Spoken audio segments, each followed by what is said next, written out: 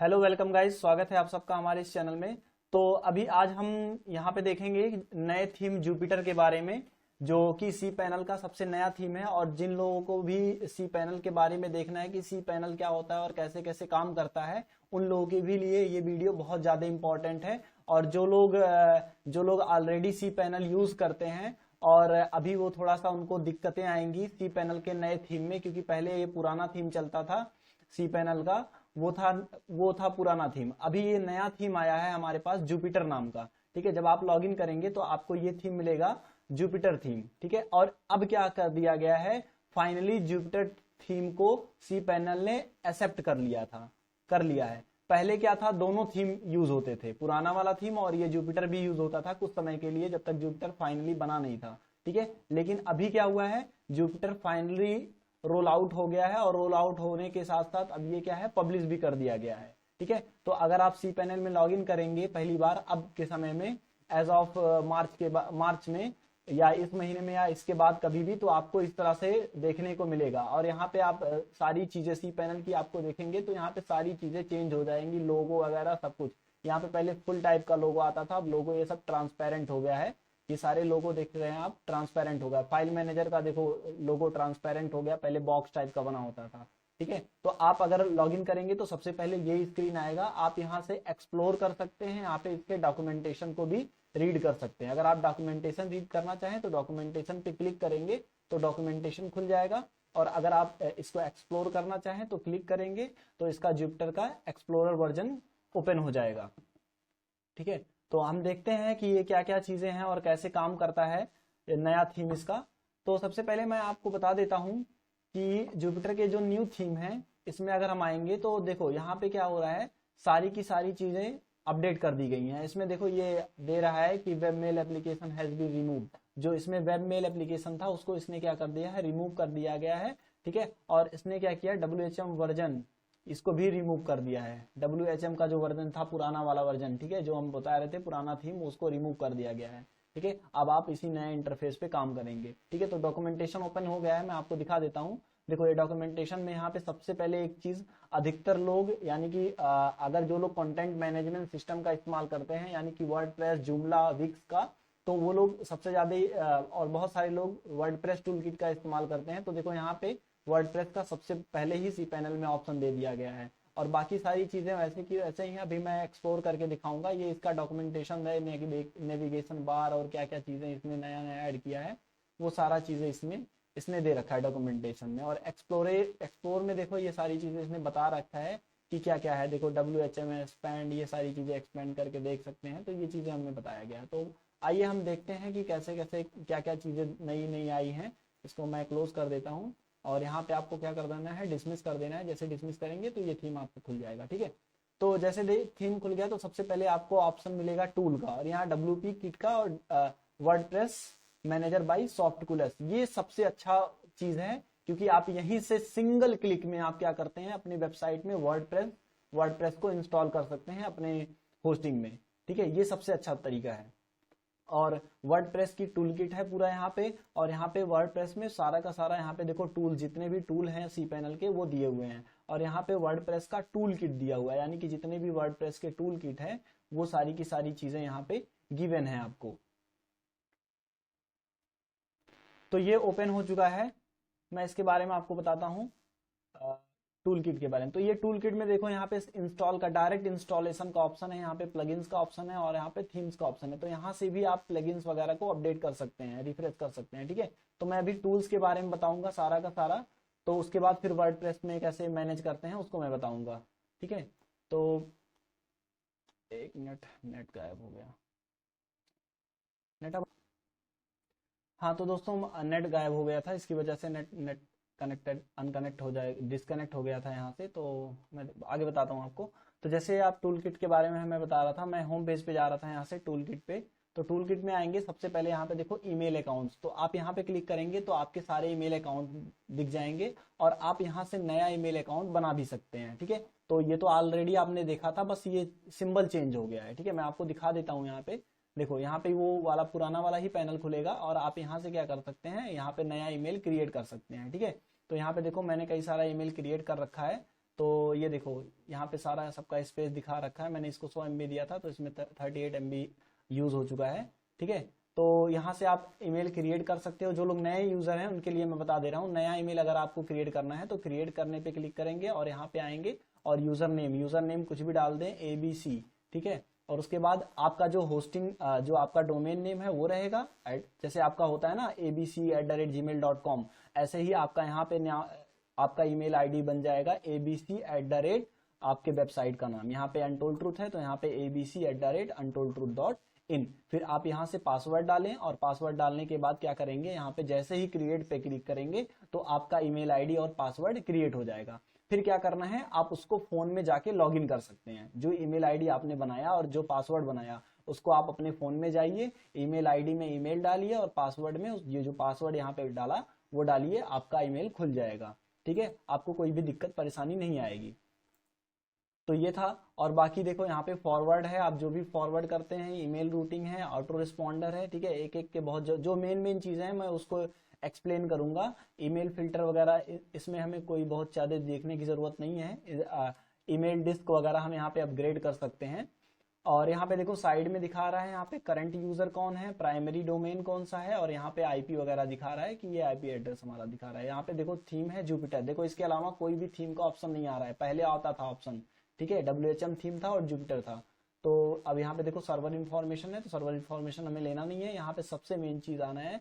ठीक है, देखो यहाँ से फाइल जो आपकी डिलीट हो चुकी है यहाँ से बैकअप ले सकते हैं, जेट बैकअप्स और DNS domain name server backup और डाटाबेस का बैकअप यहाँ से आप ले सकते हैं। ठीक है, अब मेन चीज मैं आपको बात करता हूँ जो सबके लिए इंपॉर्टेंट होती है नए यूजर्स के लिए, वो होती है फाइल्स। फाइल में यानी कि जो हमारा वेब स्टोरेज का डिस्क होता है, यानी कि जो हमारा फाइल मैनेजर होता है, जैसे हमारे कंप्यूटर में फाइल मैनेजर होता है ऐसे ही हमारे सी पैनल पे फाइल मैनेजर होता है, जहां पे हम अपनी सारी फाइल्स, वेबसाइट के सारे फोटोज, इमेज, हर एक चीज को प्लेस करते हैं। तो फाइल मैनेजर पे आप क्लिक करेंगे तो फाइल मैनेजर में आएंगे तो यहाँ पे आप देखिए, यहाँ पे जब क्लिक करेंगे तो यहाँ पे आपकी सारी की सारी चीजें दिख जाएंगी। और यहाँ पे सबसे पहले आपको जाना होता है public.html में। आपको यहाँ पे नीचे आएंगे तो पब्लिक HTML का आपको एक फोल्डर मिलेगा, यहीं पे आपकी वेबसाइट की सारी जो मेमोरी होती है वो स्टोर होती है। तो पब्लिक HTML पे क्लिक करेंगे तो यहाँ पे देखिए आपके जितने भी डोमेन होंगे, जितने भी डोमेन से आपने वेबसाइट बना रखी है वो सब यहाँ पे स्टोर हो जाते हैं।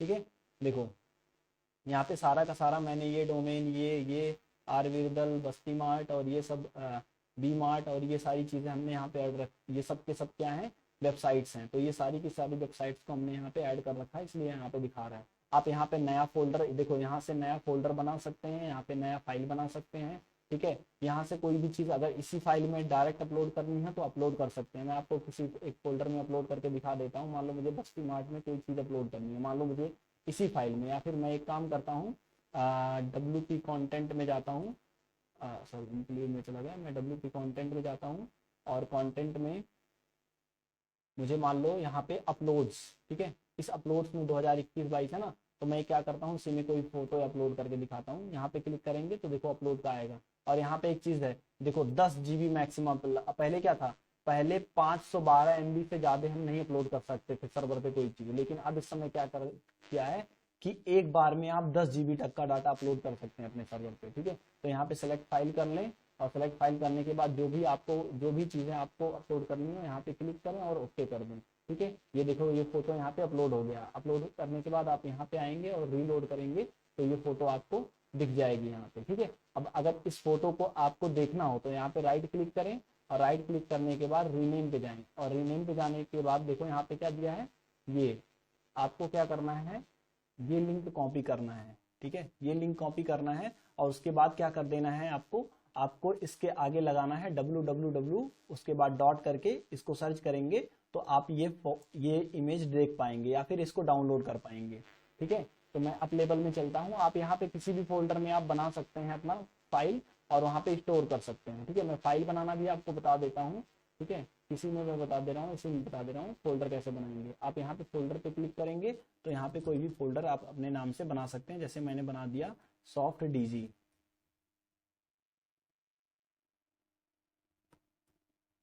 ठीक है, मैंने सॉफ्ट DG नाम का फोल्डर बना दिया। यहाँ पे देखो ये फोल्डर आ गया, यहाँ पे क्लिक करूंगा। अब मान लो मैंने क्या किया, यहाँ पे कोई जिप फाइल भी आप अपलोड कर सकते हैं। ठीक है, कोई भी छोटा सा आपके पास अगर जिप फाइल हो, मान लो मैं एक काम करता हूँ, इसी को जिप फाइल बना देता हूँ।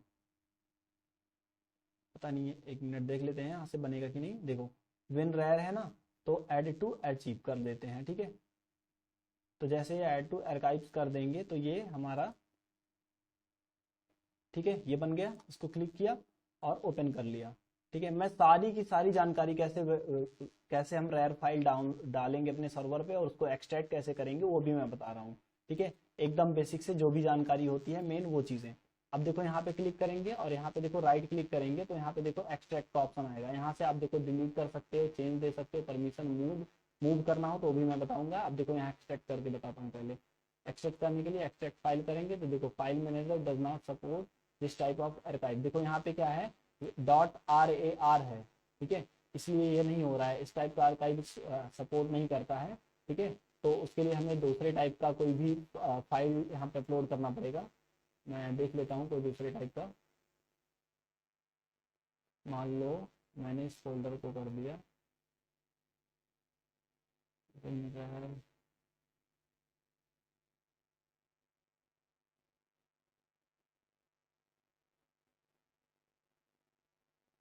जिप, ठीक है। ये WinRAR वाला यहाँ पे लेता नहीं है, वो जिप फाइल लेता है। तो आप एक बार देख लेंगे तो उसको यहाँ पे अपलोड करने के बाद देखो एक्सट्रैक्ट करेंगे तो ये एक्सट्रैक्ट हो जाएगा, ठीक है। आपको कोई दिक्कत नहीं होगी। अगर आपके पास कोई फाइल है उसको आप कंप्रेस करना चाह रहे हैं, ठीक है, जैसे मान लो मैं एक काम करता हूँ, इसी में कुछ फाइल्स अपलोड कर देता हूँ, फिर उसके बाद आपको दिखाता हूँ कि कैसे कंप्रेस किया जाएगा। मान लो मैंने क्या किया, इन सारी फाइल्स को 1 बाय 1 अपलोड कर रहा हूँ इसमें।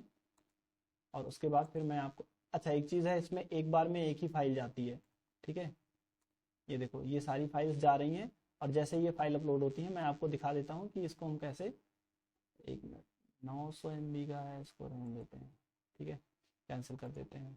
अब देखो यहाँ पे रिलोड करेंगे तो वो फाइल आ जाएंगी। अब मुझे क्या करना है, इसको कंट्रोल प्रेस करके इनको सेलेक्ट कर लेना। सेलेक्ट करने के बाद देखो यहाँ पे हम क्या करना है, इसको हमें कंप्रेस करना है। तो यहाँ पे देखो ऑप्शन आएगा कंप्रेस, जैसे कंप्रेस करेंगे, ठीक है, तो यहाँ पे देखो जिप है, टार है, जिप फाइल में करना है, ठीक है। तो कंप्रेस कर देंगे तो इसका जिप फाइल बन जाएगा, ठीक है। देखो अभी रीलोड करेंगे तो इसका जिप फाइल मिल जाएगा, ठीक है। देखो यहाँ पे जिप फाइल बन गया, ठीक है। रैर फाइल को ये नहीं लेता है, ये जिप फाइल को लेता है, ठीक है। ये आप अगर कहीं भी कोई भी फोल्डर बनाए यहाँ पे अपलोड करें तो जिप फाइल ही चलाया जा रहा है। आपको हमेशा क्या करना है, जिप फाइल ही अपलोड करना है, रैर फाइल नहीं करना है, ठीक है। अब आपको देखो एक्सट्रैक्ट करना भी बता देता हूँ। एक्सट्रैक्ट करना है, आप एक्सट्रैक्ट पे क्लिक करेंगे तो देखो यहाँ पे ऑप्शन आएगा, देखो ये एक्सट्रैक्ट हो चुका है, ठीक है, क्लोज।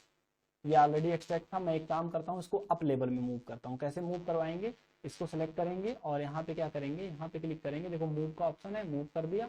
अब किस पाथ में हमें करवाना है, मान लो हमें क्या करना है, टॉप db डॉट, इसको हटा दे रहा हूँ, ठीक है, मुझे इसी फोल्डर में करवाना है तो मैं मूव फाइल कर दूंगा, ठीक है। देखो अब ये जो फाइल था हमने जो अभी बनाया था वो दूसरे फाइल फोल्डर में चला गया। ऊपर करके देख लेता हूँ, ठीक है, ये देखो अभी आया था ना, ये इस फाइल में आ गया। अब इसको मुझे एक्सट्रैक्ट करना हो तो यहाँ पे एक्सट्रैक्ट करेंगे और एक्सट्रैक्ट फाइल, देखो यहाँ पे ये फोटो आ गया होगा, देखो ये फोटो आ गया यहाँ पे, ठीक है। तो इस तरह से हम एक्सट्रैक्ट करते हैं। और भी मैं बता दे रहा हूँ आपको, ये हमारा पब्लिक HTML है। पब्लिक HTML में सारे के सारे फाइल होते हैं। अगर मान लो आपने वर्डप्रेस से वेबसाइट बना रखी है तो क्या होगा, जैसे मान लो ये rupendraai.com है, तो मैं यहाँ पे जाता हूँ और इसमें देखो आप अगर कोई कंटेंट रखे हैं, कोई फोटो वीडियो ऑडियो अपलोड किए हैं तो आपको यहाँ पे जाना है WP कंटेंट में और यहाँ पे अपलोड में आना है।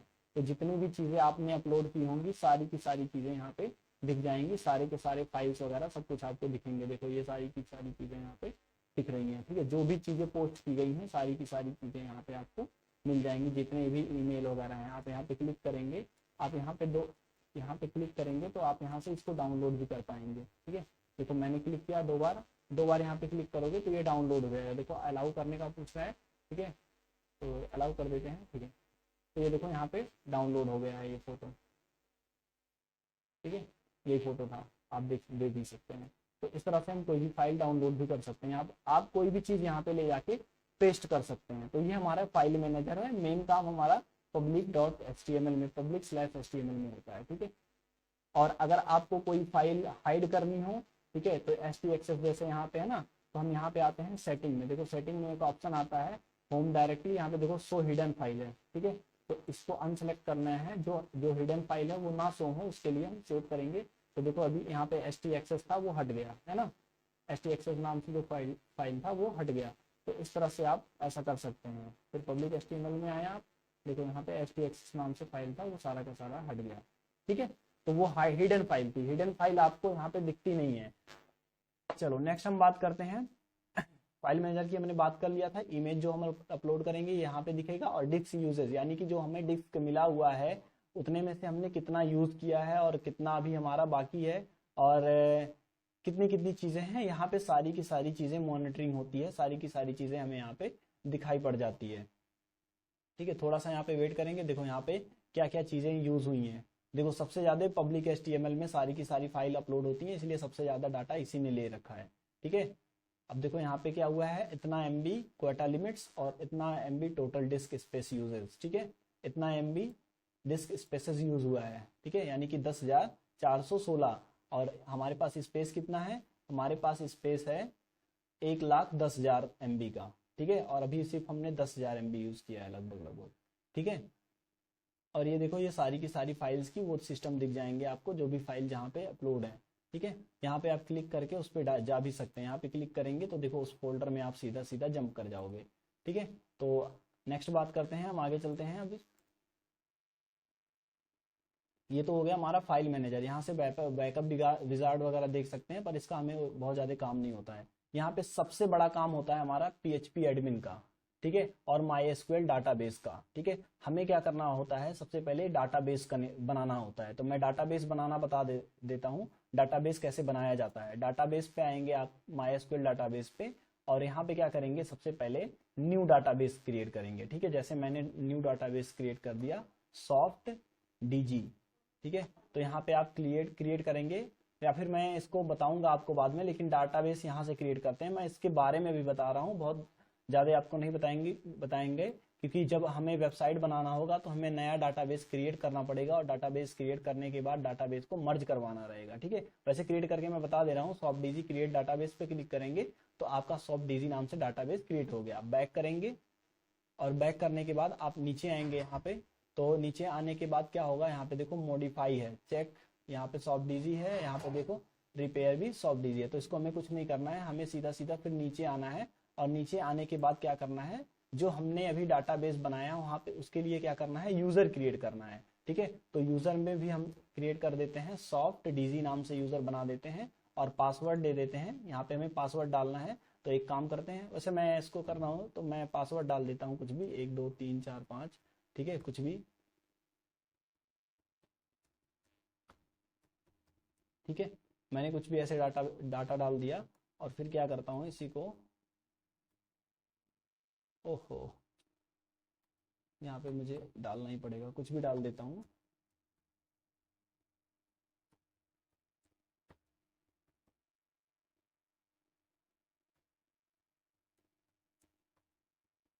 ठीक है, मैंने डाल दिया।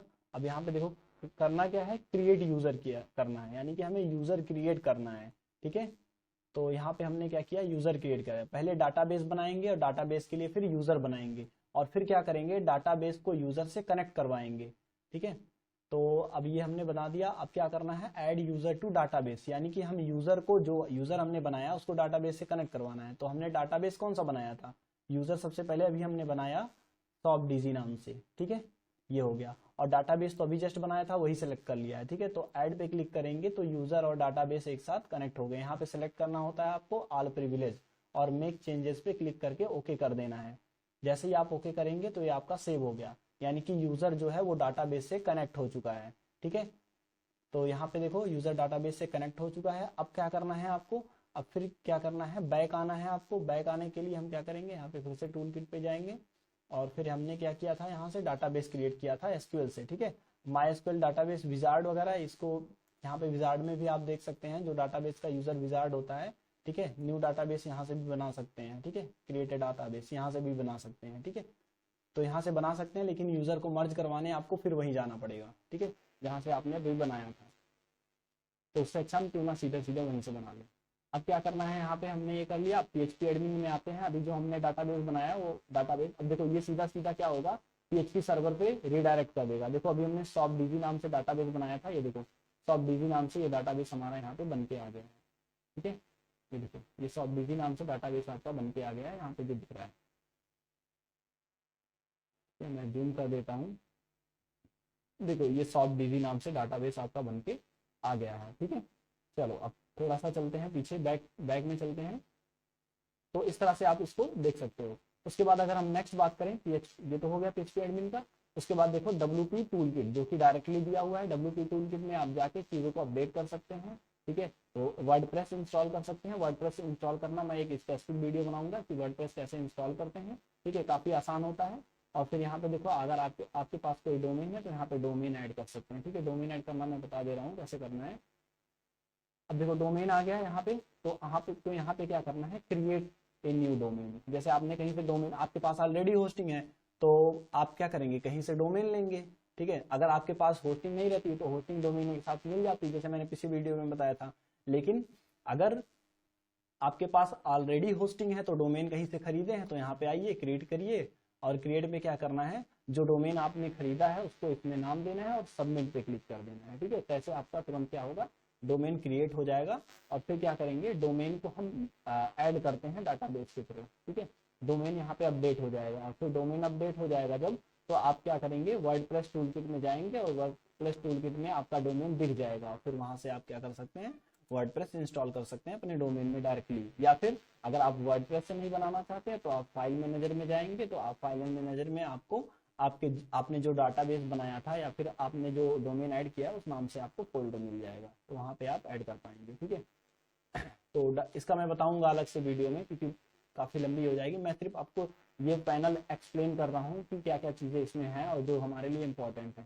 ठीक है, डायनेमिक डोमेन नेम सर्वर ये देख सकते हैं, रिडायरेक्शन इसको में देखने की जरूरत नहीं है। ठीक है, मैट्रिक्स में हम विजिटर्स देख सकते हैं, एरर, बैंडविड्थ, ये सारी चीजें देख सकते हैं। ठीक है, जैसे हमारी बैंडविड्थ तो वैसे अनलिमिटेड थी तो यहाँ पे दिखाएगा बैंडविड्थ क्या क्या है, कैसा कितना कितना, ये पूरा का पूरा स्टेटिस्टिक्स आपको दिख जाएगा किसको कितना बैंडविड्थ दिखे।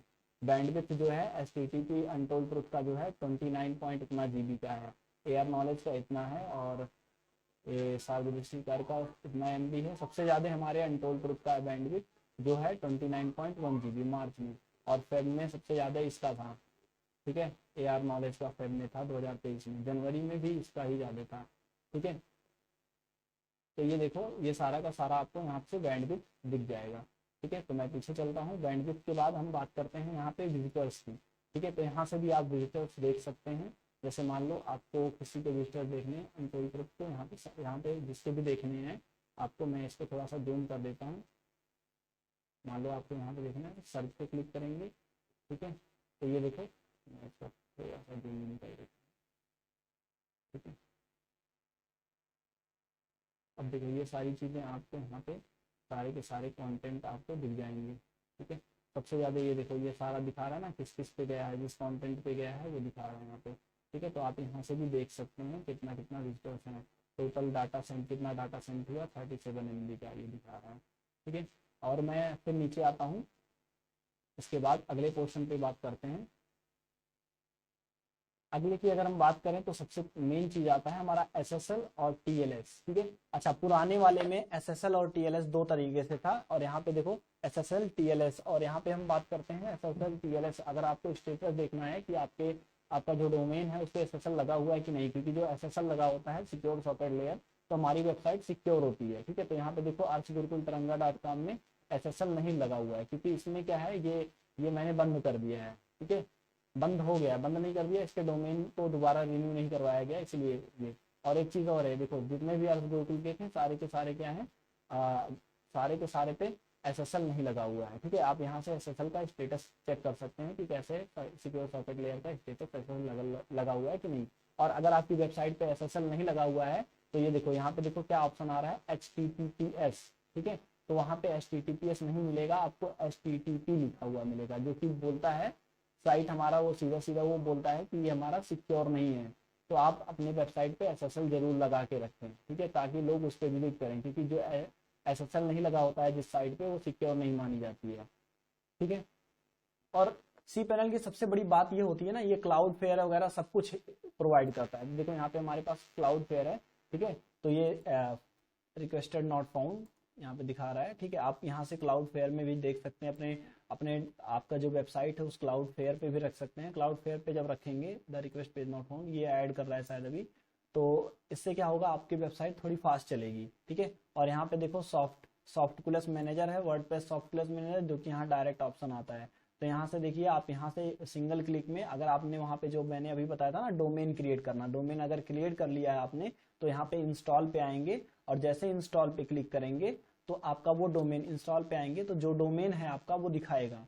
देखो यहाँ पे है ना, यहाँ पे ऐसे करेंगे तो जो भी डोमेन आपने डाला, देखो softdg.in है, जो भी है आप डालेंगे तो तुरंत यहाँ पे शो करेगा, और आप यहाँ पे डायरेक्टली तुरंत जस्ट इन सिंगल क्लिक आप क्या कर सकते हैं, यहाँ पे वेबसाइट को इंस्टॉल कर सकते हैं, वर्डप्रेस इंस्टॉल कर सकते हैं अपनी जो डोमेन है आपके सर्वर में, ठीक है। नेक्स्ट यहाँ पे सॉफ्टवेयर इंस्टॉलर है, पीएचपी मॉड्यूलर है, ये सारी चीजें हैं, तो इस पे आपको बहुत ज्यादा जरूरत नहीं होती है। पीएचपी INI फाइल होती है, इसमें पीएचपी INI फाइल यहाँ से एडिट कर सकते हैं, या फिर सीधा सीधा फाइल मैनेजर से भी एडिट कर सकते हैं, ठीक है, कभी कभी जरूरत पड़ती है। Light speed web cache manager, ये बहुत इंपॉर्टेंट होता है, लाइट स्पीड वेब कैचेज, क्योंकि क्या होता है, प्लस ऑल, ठीक है। यहाँ पे देखो जो कैचेज होते हैं ना, वो क्या करते हैं, हमारे साइट को स्लो कर देते हैं। तो आप अगर यहाँ पे क्लिक कर देंगे, कैचेस को हटा देंगे, तो आपकी वेबसाइट थोड़ी सी हेल्दी चलेगी, अच्छे से चलेगी, ठीक है। तो ये वेब कैचेस, यहाँ देखो वर्डप्रेस कैचेस है, लाइट मैनेजमेंट, ठीक है। यहाँ पे देखो वर्डप्रेस कैचेस पे आप क्लिक करेंगे तो यहाँ पे इसका वर्डप्रेस कैचेस का दिखाएगा, ठीक है। इनेबल, डिसेबल, फ्लैग, अनफ्लैग, जो भी चीजें हैं वो सारी की सारी चीजें दिखाएंगी। आप यहाँ से रिफ्रेश करेंगे तो यहाँ पे देखो, रिफ्रेश करने पे क्या हो रहा है, ये रिफ्रेश होगा और आप यहाँ से फ्लैश कर सकते हैं। फ्लैश करेंगे तो सारी की सारी जो कैचेस हैं वो डिलीट हो जाएंगी, ठीक है। तो ये लोडिंग लेता है, मैं एक काम देखो यहाँ पे है, ठीक है। इनेबल चेक स्टेटस इनेबल है, ठीक है। इसमें देखो एरर है, ठीक है, कुछ एरर है, ठीक है, जो भी है सब इनेबल और एरर ये दिखा रहा है, ठीक है। Light speed web catches manager, ठीक है। तो प्लस कर देते हैं हम यहाँ पे जो भी फालतू की चीजें हैं, ठीक है। तो यहाँ से देखो, आप यहाँ पे दिखा रहा है click to remove all caches file under opt, ठीक है। तो जो किचन जितने भी कैचेस हैं आप यहाँ से क्लिक करके आप डिलीट कर सकते हैं, ठीक है, प्लस में चला जाएगा, ठीक है।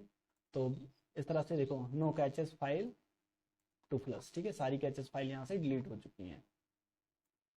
तो अब नेक्स्ट हम आगे चलते हैं, और इसमें जो सबसे इंपॉर्टेंट चीज है हमारा, उसकी बात करते हैं, पीएचपी वर्जन कैसे चेंज करते हैं, क्योंकि बहुत इंपॉर्टेंट चीज है। बहुत सारे लोग पीएचपी वर्जन के लिए अलग से वीडियो देखते हैं कि पीएचपी वर्जन कैसे चेंज करें। अच्छा, एक चीज और, ये देखो, ये सारी की सारी चीजें जो हमारी हैं ये एडवांस चीजें हैं, एडवांस नहीं, बेसिक चीजें हैं, एडवांस नहीं है, ठीक है। यहाँ पे हम ट्रैक कर सकते हैं चीजों को, नीचे आए तो ये देखो अलग अलग हमें साइट के वो दिखाई दे रहे हैं, ठीक है, थीम टेम्पलेट। तो ये टेम्पलेट आसानी से इंस्टॉल किए जा सकते हैं। अब हम बात करते हैं पीएचपी वर्जन की, जो कि सबसे इंपॉर्टेंट है। हम पीएचपी में शायद उसको मिस कर गए हैं, तो एक बार फिर से चलते हैं पीएचपी माई एडमिन में, ठीक है, डाटाबेस, और पीएचपी वर्जन, पीएचपी में चलते हैं। यहाँ पे सर्च करना पड़ेगा आपको पीएचपी, आप यहाँ से भी पीएचपी सर्च कर सकते हैं, ठीक है। देखो यहाँ पे जैसे आप पीएचपी लिखेंगे तो यहाँ पे आ जाएगा, देखो यहाँ पे सेलेक्ट पीएचपी वर्जन। तो ये काफी अच्छा है ये वाला थीम। तो आप यहाँ पे क्लिक करेंगे तो आप यहाँ से पीएचपी का वर्जन चूज कर सकते हैं, क्योंकि कभी कभी हमारी वेबसाइट जब अपडेट नहीं होती है तो बोलता है कि चेंज योर पीएचपी वर्जन, और अगर हम मैक्सिमम से मैक्सिमम पीएचपी वर्जन में रखते हैं तो हमारी साइट क्या होती है, अच्छे से काम करती है। देखो अभी करंट क्या है, हमारा पीएचपी वर्जन 7.4 है। अगर हमें इसको चेंज करना हो तो हम 8.1 कर दें, और 8.1 करने के बाद क्या करेंगे, यहाँ पे अप्लाई क्लिक कर देंगे, और जैसे ही अप्लाई करेंगे तो ये क्या होगा, पीएचपी वर्जन 8 हमारे वेबसाइट में इंस्टॉल्ड हो जाएगी, ठीक है। तो वहां पे वर्डप्रेस अपने आप कैच कर लेगा कि हमारा में पीएचपी, हमारे इसमें पीएचपी वर्जन इंस्टॉल है ऑलरेडी, ठीक है। तो ये देखो करंट वर्जन ये चल रहा है, और करंट में हमने 8.0 ले रखा है, और अभी क्या चल रहा है, 8.2 तक आ गया है पीएचपी वर्जन, ठीक है। यहाँ पे ऑप्शन है, ऑप्शन में आप क्या कर सकते हैं, यहाँ पे चीजों को चेंज कर सकते हैं। बहुत सारी चीजें चेंज करने के लिए आती है। मैक्सिमम एक्सक्यूशन टाइम चेंज कर सकते हैं यहाँ से, इनपुट वेरिएबल और मैक्सिमम आउटपुट वेरिएबल, ठीक है। और यहाँ पे देखो कैचेस, मेमोरी कंजप्शन, और यहाँ पे ये सारी चीजें कभी कभी वर्डप्रेस में देता है कि इसको बढ़ाओ, ठीक है। अपलोड मैक्सिमम फाइल साइज, यहाँ पे मैक्सिमम फाइल साइज देखो यहाँ पे है कि कितने जीबी तक मैक्सिमम फाइल आप अपलोड करना चाहते हैं, वो चीजें हैं, ठीक है। तो ये इतनी सारी चीजें थी, और जो इम्पोर्टेंट चीजें थी वो मैंने बता दिया। बाकी आप एक्सप्लोर कर सकते हैं, खुद से भी एक्सप्लोर करो, खुद भी थोड़ा सा मेहनत और दिमाग लगाओ, जिसमें क्या हो आपको और भी जानकारी होंगी। जेट बैकअप वगैरह आप आसानी से देख सकते हैं। ये सारी की सारी जो इंपॉर्टेंट चीजें थी मैंने कवर कर दी, और बाकी भी वीडियो में जहाँ पे जरूरत पड़ेगी उसके बारे में मैं और भी बताऊंगा, ठीक है। लेकिन ये जुपिटर थीम नया था, इसलिए लोगों को दिक्कत परेशानी आ रही थी, तो इसलिए मैंने इसको और एक्सप्लेन कर दिया कि कहाँ कहाँ पे क्या क्या चीजें हैं, ठीक है। तो आप अगर पुराना वाला थीम यूज करते थे WHM थीम और आपको कोई दिक्कत आती थी तो आप देख लेते थे, आप उसमें सेट था आपका हाथ। लेकिन अगर यहाँ पे आपको दिक्कत आ रही है, समझ में नहीं आ रहा है कहाँ पे क्या है, तो आप सिंपल सा यहाँ पे सर्च टूल में जाएं और जो भी आपको सर्च करना हो, मान लो आपको डाटाबेस सर्च करना हो या PHP माई एडमिन सर्च करना हो, ठीक है, तो यहाँ पे देखो सारी की सारी चीजें यहाँ पे आ जाएंगी आपको बहुत ही आसानी से। ये काफी ईजी हो गया है, ठीक है। पहले भी ऐसे था, देखो क्लाउड फ्लेयर सॉफ्टवेयर सारी की सारी चीजें यहाँ पे मिलेंगी, ठीक है। ये मैंने इंस्टॉल नहीं कर रखा है इसलिए एरर बता रहा है, ठीक है। आई होप आपको समझ में आया होगा। Thank you very much. अगर आपको समझ में आया हो तो वीडियो को लाइक करें, सब्सक्राइब करें और शेयर भी करें। धन्यवाद।